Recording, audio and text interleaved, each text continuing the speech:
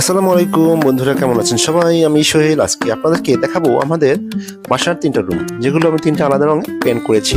কোন রুমে কোন রং ব্যবহার করেছি, কেন ব্যবহার করেছি, রং করার আগে পরে কেমন লুক হয়েছে, সব দেখাবো আজকের এই ভিডিওতে।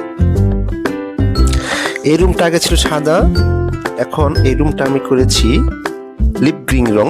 গ্রিন করার আগে ন্যাচারাল ভাইব। এই রুমটা একটু বেশি ব্রাইট করতে চেয়েছিলাম, তাই এই রুমটা সিলেক্ট করেছি। দিনের আলোতে রুমটা অনেক সুন্দর দেখায়।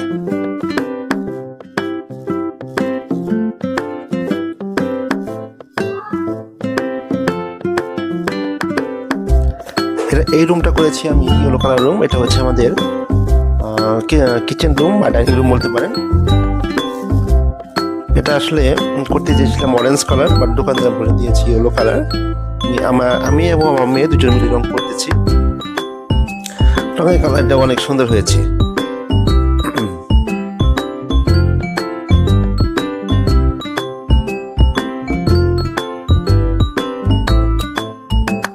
রং করার আগে অবশ্যই স্যান্ডিং করে নেবেন। প্রাইমারি দিলেও রং আর উজ্জ্বল হয়, 2 কোট রং দিলে ফিনিশিং একদম স্মুথ আসে। এই রুমে আমি করেছি হচ্ছে পিঙ্ক কালার রুম। আমার মেয়ে পিঙ্ক কালার খুব পছন্দ। বন্ধুরা, এই ছিল আমার 3 রুমের 3টি রঙের পেন্টিং জার্নি। কোন রুমের রং আপনারা ভালো লেগেছে নিচে কমেন্ট করে জানাবেন। সবাইকে অসংখ্য ধন্যবাদ। ভালো থাকবেন সবাই। আল্লাহ হাফেজ।